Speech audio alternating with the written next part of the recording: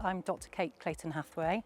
I'm a social researcher and I specialise in looking at gender issues within organisational structures. I've been working in the role of lead on the research prior to Racing Home, and then since Racing Home was initiated in 2020. So I've been working on projects for the horse racing industry since 2016 around diversity and women's career trajectories and all of the issues that relate to that. We carried out a piece of research, started late 2015 into 2016 and 2017. That was the first piece of research on diversity that had been done in the industry.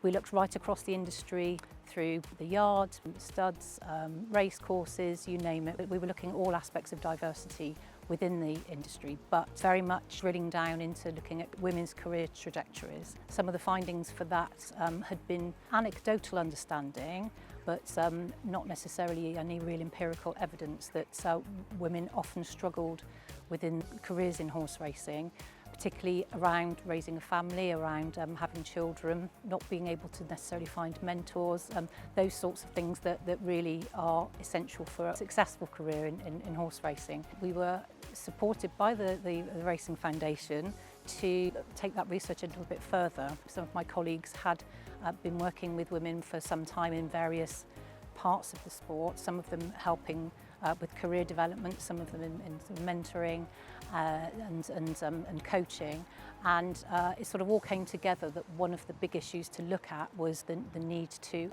look at the possibilities for continuing in the sport, being successful in the sport if you were a parent, if you wanted to have a family. I think one of the things that really shone out for me was that, and this was again and again, people of different ages and from different parts of the sport were saying that going forward, the generations coming through have an expectation of some work-life balance and family life, and that's become more and more normalised. Women come into the sport for an absolute love of the sport because it's their dream to come into and work in horse racing, but in their heads they knew there's a point at which they would have to give it up, because juggling a career in horse racing in many different parts, not just if you work in the yards or if you're riding out or if you're a jockey, but that having a family in the sport didn't necessarily mix. We were able to talk to women and men as well. We involved talking about families, and we were able to